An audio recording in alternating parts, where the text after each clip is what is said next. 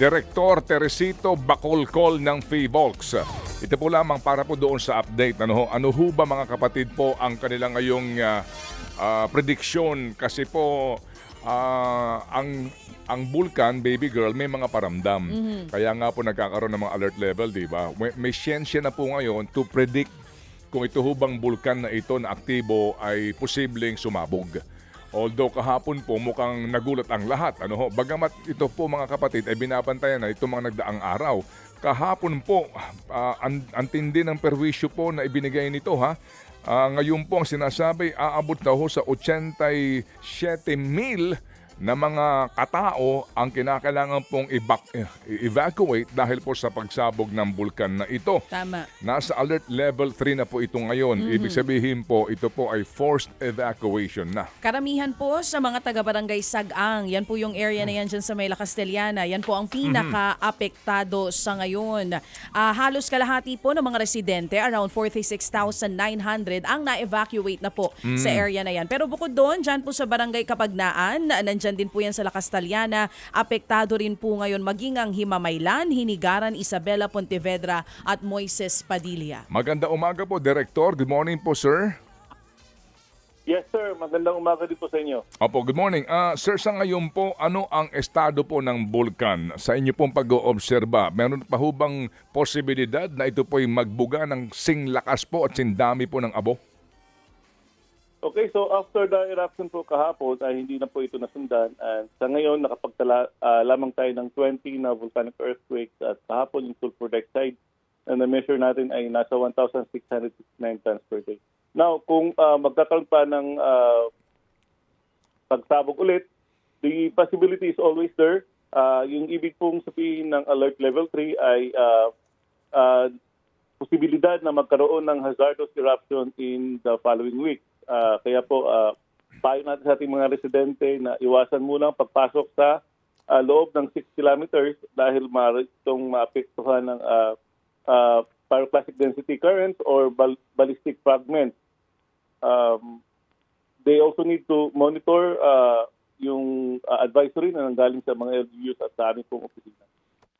Director, yun hubang pagsabog kahapon ay inaasahan nyo na po itong malakas na pagsabog kahapon. Hango po sa inyo pong obserbasyon dyan po sa inyong observatory sa Canlaon? Yes, in fact, we've been on alert level 2 since June 3 and ang sinasabi po natin sa ating mga kababayan ay prepare po sila as the activity may escalate.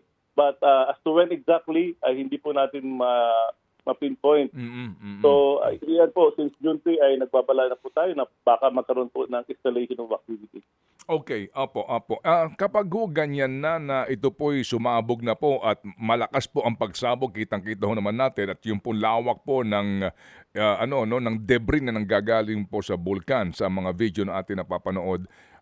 Sa kasaysayan ho ba o katangian, karakteristik nitong si Canlaon, meron po itong kasunod pa na sinlakas o mas malakas pa? Yung characteristic po kasi ng Canlaon Volcano ay hindi lamang isang eruption event yan. Kapag titingnan natin yung mga past behavior niya in the past, nasusundan yan. Katulad nung nangyari nung December 2017, nagkaroon ng eruption noong December 9, nasundan ito December 20. Nung 2016, ganun din po yung nangyari. Nagkaroon ng eruption on March and then nasundan ito ng June 18. Ngayon, yung kung kasing lakas ba, meron tayong so far sa history ng Canlaon Volcano, ang pinakamataas po at nagkaroon po ng magmatic eruption ay isang beses lamang ito ay nangyari noong 1902. So far, yun pa lang yung nakita natin na masyadong malakas po na eruption historically. So ito hong pagsabog kahapon, ano po ang kanyang klasifikasyon? Kung hindi ito kahalintulad nung pinakamalakas kanyo na 1900s? Ang tawag po natin for now ay explosive eruption. Hindi pa natin na-classify ito as magmatic eruption kasi kailangan natin pag-aralan yung mga abo na nanggaling po sa bulkan. Yung mga past ashing events natin sa Canlaon Volcano, meron po tayong more than 80 since October 19, ay nanggaling po, nagsasaad po na nanggaling po sila sa mga lumang bato hindi po galing sa bagong magma. So for now, wala pa tayong information, datos na magsasabing magmatic eruption ito. So we are classifying for now explosive eruption. Okay, ito hong pyroclastic materials po na kanyang inilabas, no, ibinuga mula dyan sa bulkan. Gaano po ang volume nito at dito ba'y sigurado ho ba na ito ho kapag inulan naman ay magiging lahar na? Yes po, sigurado po yan na magkaroon po ng lahar kapag heavy rainfall kasi po may mga materials ay nasa dalisdis ng bulkan. Kahapon, nakita natin yung pyroclastic density current ay bumababa sa slope ng bulkan and pwede po ma-remobilize ang mga ito as lahar. In fact, yung June 3 eruption ay hindi kasing lakas or kasing laki nito ay nagkaroon po ng lahar 2 days after nung nagkaroon po ng heavy rainfall. So most likely po yan po ang mangyayari din dito dahil mas malaki po yung volume na binuga ng Canlaon Volcano kahapon. Okay, sige po. So sir, sa ngayon ho talaga, definitely hindi ho maaaring bumalik ang sinuman within the 6-kilometer radius po ng bulkan until advised by PHIVOLCS. Yes po, yun yung recommendation namin. Evacuation muna doon sa residents within the 6 kilometers. So when we lowered alert level to alert level 2, pwedeng i-recommend natin na walang tao inside the 4-kilometer permanent danger zone. So right now, since nasa alert level 3 tayo, again, recommendation natin na walang tao muna within the 6-kilometer radius. Yung pong mga aftershocks na nararanasan din natin dyan, ngayon meron po ba? Meron tayong, again, 20 volcanic earthquakes for the past 24 hours. Mas mababa ito kaysa mga naitala natin previously.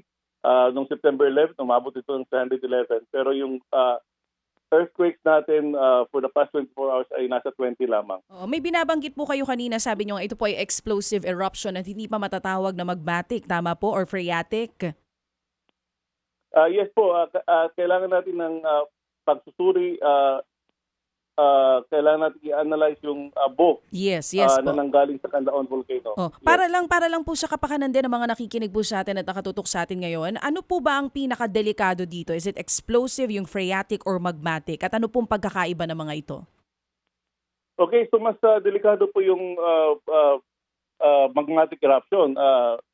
May magma na talaga, katulad ng nakikita natin sa magma na lumalabas, katulad na nakikita natin sa Mayon Volcano.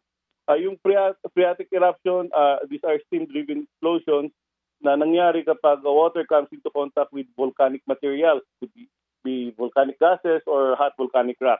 So parang nagluluto po tayo, may mantika, dilagyan natin ng tubig, nagkaroon po ng steaming and explosion. So yung phreatomagmatic naman, this is when water comes into contact with magma and nagkakaroon ng steaming. Direktor, dito sa karakter nitong Bulkang Canlaon, matapos ang isang explosive eruption in the past, sinusundan po ba yan ng mas delikado pa na pagsabog?